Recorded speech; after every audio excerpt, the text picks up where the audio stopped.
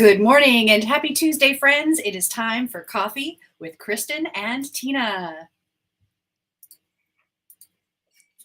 There we go. You are making Multiple me click-throughs. You're making me laugh so much today before we're even on the show. I think I need a big drink of this coffee before we get started. Do it. Hold on. I thought maybe you'd had Alright. too much coffee and your clicker finger was like Too trigger happy, right? Yeah. No, good morning, everybody. Welcome to Coffee with Kristin and Tina. We're your hosts. I'm Tina Prigge of Vagabond Creative Studio. This lovely lady is Kristin Odell of KLO LLC. How's everybody doing this morning? I'm doing good this morning. It is very cold. As Steve just said, it is like the Arctic out there. I've been trying to explain to my children that you need hat and gloves on a day like today. It is not nice to stand outside, even for a few moments. Yeah, it is -1 today, and that's really close to Antarctica. So when they say the Arctic, it's -6 in Antarctica. So we're like right there. What is the feels like in Antarctica today? Let's see. The feels like Because I know -20, -22. And the feels like here is what? Okay, checking. The feels like in Manitowoc, Wisconsin, -17. Okay, so we are basically Arctic. So congratulations, you now know what Antarctica feels like. We can at least survive the Arctic for a few moments in time during the year. Stephen, good morning from the Arctic. Stephen says it's -3 and feels like -23. So Fond du Lac is colder than the Arctic. We must be getting some insulation from Lake Michigan today. Does that make it subarctic if it's colder than the Arctic? I think so. Wow. Really Wow. flipping cold? How about that? Yeah, so take care out there. I finally convinced my son to keep a blanket in his car because he will only wear shorts. I cannot get him to wear pants, but he's on his own journey. Yeah. But I do worry in weather like this, reminding him you've got to be prepared. Yeah, I think my mom was telling me about this. Was not in Wisconsin. There was some terrible snowstorm and people got in a big car accident. And because they just don't know how to drive in bad weather, don't know how to clean up bad weather, all that kind of stuff, people were stuck on the highway for over 24 hours and people were running out of gas. So it's freezing cold. Oh my God. And it was somewhere where they don't typically have winter jackets. And so they were trying to keep people warm and hydrated and fed while they're basically sitting on the highway. And, while we tend to be pretty good at cleanup and snow, adjustments and things, I always keep a blanket in my car. But I thought a lot about if you are traveling somewhere and something could potentially go wrong, it's maybe not a bad idea to throw a couple of bottles of water and a couple granola bars in the car with you before you leave. Yeah, always good to be prepared. As many amenities as there are along the way, there's always those stretches where, it's still completely rural and there's no kind of habitation or resources. Right. Yeah. Well, not only that, but if you are in the middle of a 100-car pileup, you may be sitting there for a very long period of time. So, that is your advice today. And you know what? Speaking of, how to drive in winter weather, Kristin, how about this meme from North Carolina? Actual advice the news is giving to Southerners for driving in the snow. I'm going to read this in case you can't see it clearly on your screen. It says, if you rarely drive on snow, just pretend you're taking your grandma to church. There's a platter of biscuits and 2 gallons of sweet tea in glass jars in the back seat. She's wearing a new dress and holding a crock pot full of gravy. Where did you find that? It came up in my Facebook feed, so. Oh my gosh. It's so funny. I mean, really.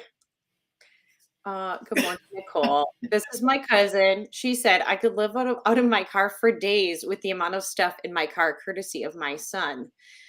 Now that you mention it, there is probably a decent amount of half-eaten granola bars and crumbs and bags of snacks in the backseat of my car that I might also make it at least a day or two, thanks to children. If it really comes down to it, the French fries in the middle of the seats. Yeah. Or like my kids have a tendency, this is so bad. They'll like peel a cutie in the back seat and then we will find the peelings later, which I feel like even peelings could sustain you if you needed to do it. Like they're edible. They're not enjoyable, but they're edible, right? I did once hear that nomads crossing the desert can subsist on one date for 3 days. So the Okay. first day, you just eat the skin layer off, right? And that's it. And then the second day, you eat the meat of the fig. And then the third day, you kind of suck and chew on the pit that's in the middle. I don't think I could, I couldn't subsist, but A day in the desert might do me good. but I mean, it's kind of fascinating to think like one little fruit being stretched out. Yeah. Oh, yeah. I mean, when Yes. you have to be thoughtful, we certainly could be thoughtful. Right. Right. I hope it does not come down to that for any of us. Right. And in Okay. the worst case scenario, Jason, shared this meme. I didn't think it was going to fit in today, but I think right now it does. Okay. Read this. If we started burying the dead with their shoelaces tied together, we wouldn't have to worry about a zombie apocalypse anymore. Hey, speaking of that, I think Trios is doing zombie apocalypse something. I don't know if it'll be open to the public or if it's just going to be for parents, but it was like a fun middle school thing. I'll get information on if that's open to the public or not. It might be a parents only thing. Oh, funny. The zombie apocalypse made me think of that. I'm not really a big zombie person. My son loves playing this video game that just is like full of zombies. And he's like, Mom, will you play? And I've tried playing, and it's like I'm completely. First of all, they just attack me and I die right away. But Yes. I'm like so overwhelmed by the amount of zombies. I just don't even know what to do. Yeah. I don't know how it's fun. It doesn't sound relaxing. Yeah. Right. It is not relaxing. Okay, so you guys, last week on the show, I think thanks to Stephen Fond du Lac, we started talking about sturgeon fishing, which it turned out Tina and I knew very little about. So last night, in preparation of the show, which by the way, you guys, Tina and I do some preparation, but it's fairly minimal. We try to have it be genuinely us. Right. I did do a bit of research about the upcoming sturgeon season. So first of all, Mary, you go, girl. That is not what I am watching before bed at night. Right. So the sturgeon season is coming up, and this is primarily on the Lake Winnebago system. If you go to the DNR website, you can see where the map is and where you can sturgeon fish. It opens February 12th, and it runs through February 27th. So I think that's essentially over 2 full weekends plus the weekdays. Now it says, unless the season is shortened by reaching one of the harvest quotas. So there is a limit to how many sturgeon can be took in a season. So, and there's a picture of a sturgeon on the top of this picture. So again, we did find a picture, I think, for the show really quick last week, but these are like huge dinosaur-esque, large, ancient looking fish. Okay. And so is again, we don't know much about this, but maybe in that research you did, you learned something more about the sturgeon. Is it like February when they're active? Is it because it's cold and icy that they are closer to the surface and moving around? Well, I mean, I think you'd have a hard time spearing them. Like they cut holes in the ice, right? So this is a winter fishing activity, which I found this picture. So we were discussing the size of the hole last week, and I thought it was fairly large. Now, I looked at a number of pictures, and many of them look this large. And if you think about how big the fish is, you obviously would think there needs to be a decently sized hole to get the fish out. Right. So here's a group of guys. They have cut a hole in the ice. Mm-hmm. The ice looks thin. I'm just going to say that. I don't like how thin the ice looks. I know. I'm surprised that it's maintaining its integrity. I would be a little nervous. So, but they have cut this chunk of ice, and then they use, I'm going to guess that these are spears, but these are tools, and they are shoving the lid basically underneath the ice and off to the side. So the hole is open. And then some of the things I read online were like a guy will sit on each end of this. Sometimes they will actually plop a shanty or a trailer over the top of the hole, and they'll sit inside and watch for this. But the idea, as far as I understand it, is you sit And unlike traditional ice fishing where either you have tip ups and it flags when something's been caught, or you have like a little rod and you're sitting there, this is like you are sitting there with a weapon in your hands. And again, I believe this is a nod to the Native Americans that you sit and watch for them to swim by and then you spear them. So it's not a fishing line kind of thing. So, Wow. And it looks like they've actually plowed this area. You can see some like little plow hills in the absolutely. distance. And so is it because they're out on the lake that they have more access to where the sturgeon are? That the ice provides that. Here again, I'm talking about nothing. Yeah. Um, The okay. ice is cut in at an angle. There we go. Oh. So, and then I did a little bit, Jason. Is it though? I feel like a lot of people eat caviar. Maybe Wisconsin caviar. Tell us more. Mary, I agree. So we talked about this weekend. I was out on some ice on a friend's pond this weekend. They were kind enough to pull some tubes behind their four-wheeler for the kids this weekend for a little bit.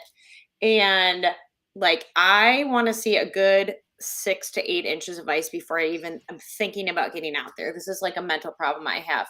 And Doug did not grow up in Wisconsin on water or on ice. He wants nothing to do with it. I actually don't think he stepped off the dock onto the ice the entire time we were down there. It's just simply not his thing. Mm-hmm. So yeah, I'm not getting on ice that thin. And I think, they've actually got their vehicles. There's a truck parked there. Oh, yeah, and for sure. So wow. if you go to Lake Winnebago while this is going on, there's roads plowed on Lake Winnebago. There's shanties all around, like the whole thing. And it's been very cold. So I would expect this year that the ice will be in great condition for people to be out there. And then I found, so there's very strict instructions on the DNR website about the spear. So it said the maximum width of a spearhead is restricted to 18 inches or less, and the tines can only be arranged in a straight line. And when I envisioned this in my mind, I was like, that sounds kind of like a pitchfork. Now, maybe a pitchfork's not 18 inches. I don't know. But I went further and researched sturgeon spears and found another picture, which Tina, maybe you had time to pull in. I don't know if you had. Oh, I didn't see it. Oops. Okay. It's okay. So maybe Tina will get it here. Oh, no kidding. Okay. Essentially, I was just going to say, can you pull it up? The sturgeon spear. It won't rotate. I don't know. Can you see this? Oh, there, it rotated. Okay, it's kind of hard. Wow. Like it has these little points. Like it almost reminds me of like what a devil would carry.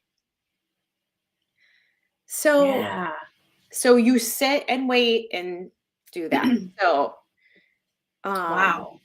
So there is what I learned about sturgeon fishing in my research, very in-depth scholarly research for the show today. But that's how it starts, right? And viewers, now you know everything that we know about sturgeon fishing. There you go. Here's one more thing.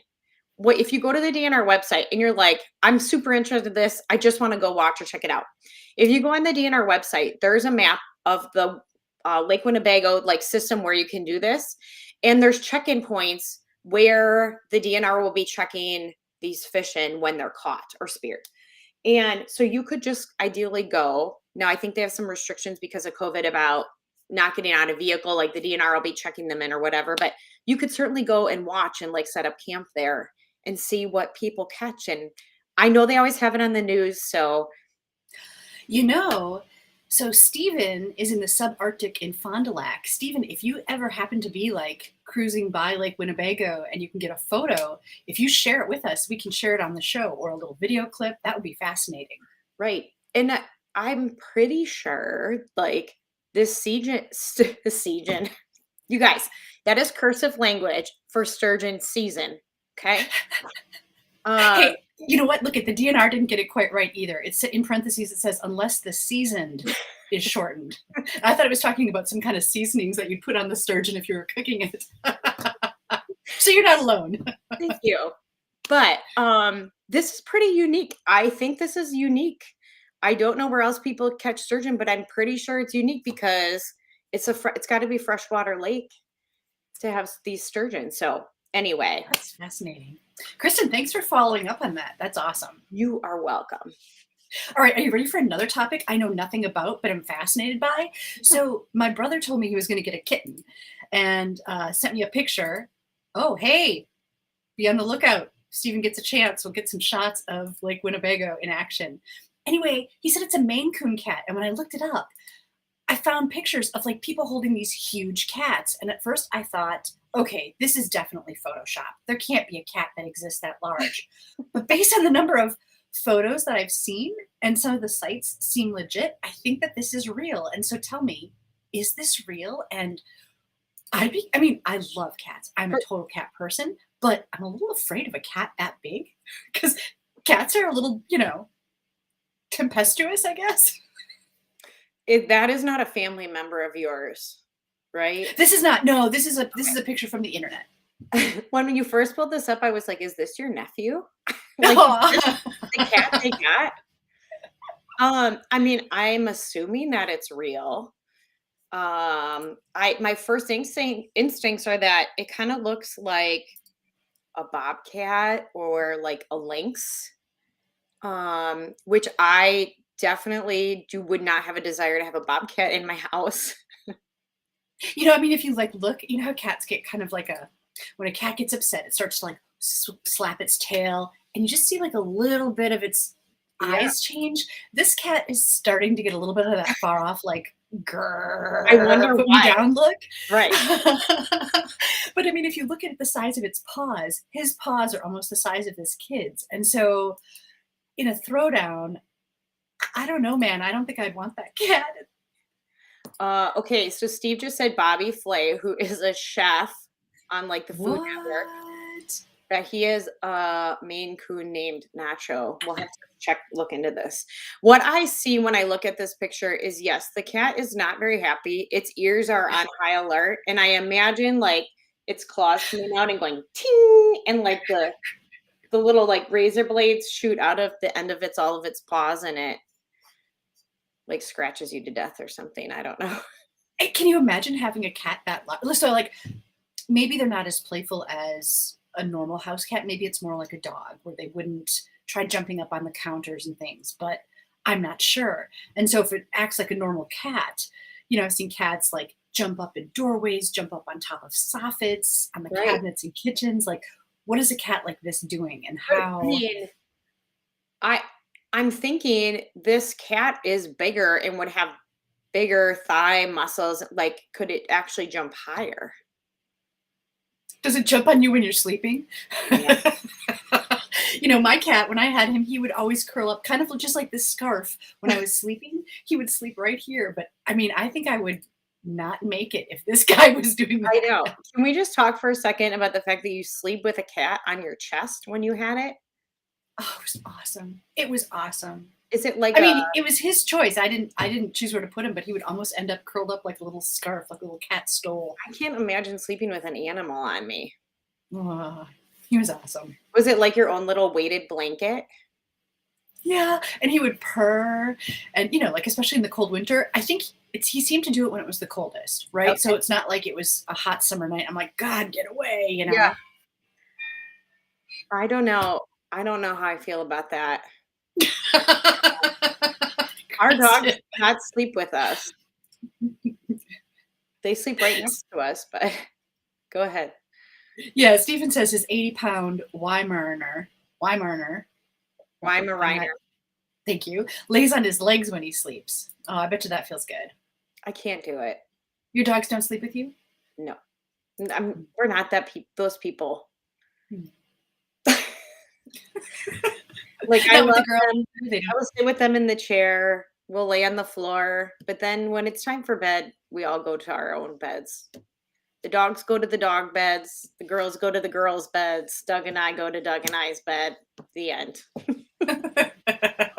I can remember when I was little and I had a cat, she was so soft and fluffy, but she also only wanted to be pet on her terms. And if I was laying in bed and she would jump in bed and would be like curled up next to my legs or something and I could feel her soft fur, I would just freeze in that position. I would do whatever I could to not move so that she, would just stay right there. Aw, that's so cool. Okay, guys, next week, unless grandma's there, that's my mom, and she invites the dogs on the furniture when they're not supposed to be. And if she sleeps over, the dogs do sleep in the bed with her. She breaks all the rules. That's okay. awesome.